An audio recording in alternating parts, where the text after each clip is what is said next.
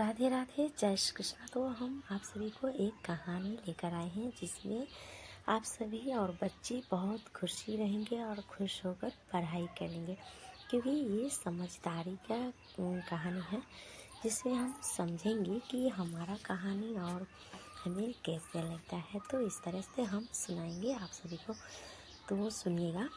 एक शिकारी ने वन के पक्षियों को पकड़ने के लिए अपना जाल फैलाया। जैसे किसी ने किसी के पकड़ने की साजिश करते हैं, उसी तरह से कुछ ही समय में आसपास के जो कबूतरी सब था वो सभी आकर जाल में फंस गए।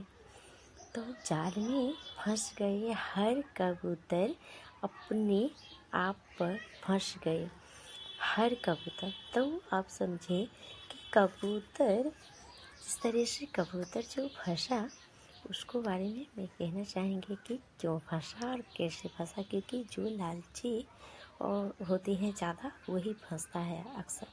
तो आप सभी को लालची नहीं बनना है और बच्चों को भी लालच नहीं देना है, लालची नहीं बनाना है। तो इसी तरह से आइए हम आगे और बताते हैं। तो कबूतर अपने आप को छुड़ाने का प्रयत्न करता परंतु विफल हो जाता, क्योंकि कबूतर जो था वो फंस चुका था जाल में और वो अपने आप को बहुत कोशिश करता रहा कि हम अपने आप को छुड़ा लेंगे, पर नहीं हो सका। तो इसे हम विफल कहते हैं। तो वो क्या हुआ, विफल हो जाता। तो ऐसे में एक समझदार कबूतर ने कहा, यदि हम सब मिलकर एक साथ जोर लगाए तो हम जाल को लेकर उड़ सकते हैं। सभी ने मिलकर जोर लगाया और जाल को लेकर उड़ गए। तो इससे ये कहा जाता है कि हम अगर समझदारी से काम लेते हैं तो वो हमारा काम विफल नहीं होता बल्कि सफलता मिलती है, सफल होता है। तो इस कहानी से आप सभी को समझना चाहिए और बच्चों को भी ज्ञान देना चाहिए कि अगर हम मेहनत करते हैं, मजदूरी करते हैं तो उसमें हम कभी विफल नहीं होते, क्योंकि जय श्री राम।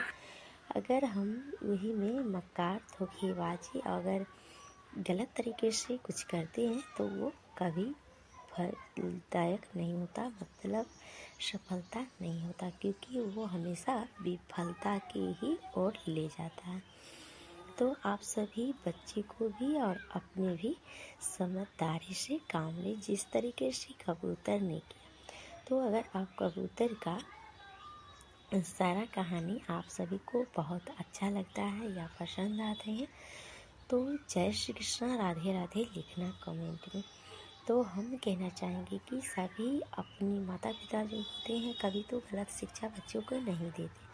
कितने माता पिता होते हैं जो जैसा अपने हैं वैसा ही बच्चे को भी बनाते हैं और बिगाड़ने में कसर नहीं छोड़ता, क्योंकि हम बहुत सारे लोगों को देख चुके हैं। तो इसलिए हम अच्छा बनना है और अच्छा बनाना है सभी को।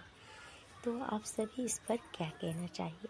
तो एक संदेश है जिसे हम तो एक संदेश है जो कि एकता में बल होता है। मतलब हम अगर एकता बनाए रखते हैं तो हमारा जो है उसमें हमें बहुत सारा बल मिलता है। तो हम बल किसे कहते हैं, जिसे हम शक्ति कहते हैं उसे हम बल कहते हैं। तो अगर आपको पास में शक्ति नहीं रहेगा तो बल आएगा कहाँ से। इसलिए हम कहना चाहेंगे कि अपने साथ साथ अपने बच्चों की भी ढेर सारा आशीर्वाद और दुलार और प्यार के साथ साथ बिगाड़ना नहीं, क्योंकि उसे समझाना चाहिए, समझदारी से काम लेना चाहिए। अगर आप किसी तरीके से जैसे जिस तरीके से देखिए चोर लुटेरे कितने होते हैं, अभी के हालात में देखिए बच्चे बहुत सारे चोरी होते हैं। तो वो क्या हुआ, वही हुआ मक्कार, गद्दार, धोखेबाज, जो कि चोर लुटेरा, उसे ही कहते हैं हम। तो हम अपने बच्चों को अच्छा बनाना चाहिए।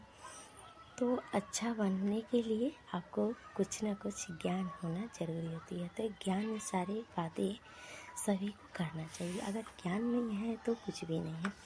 तो इसलिए हम कहते हैं कि सबसे पहले ज्ञान। अगर ज्ञान, तो हम कहना चाहेंगे कितनी जगह पर ऐसा होता है जो कि पूर्वज ही पढ़ा लिखा नहीं हो जिस घर में, उस घर में कदाचित कभी भी पढ़ाई नहीं होगा। बच्चे कभी भी नहीं पढ़ पाएगा। क्यों नहीं पढ़ पाएगा?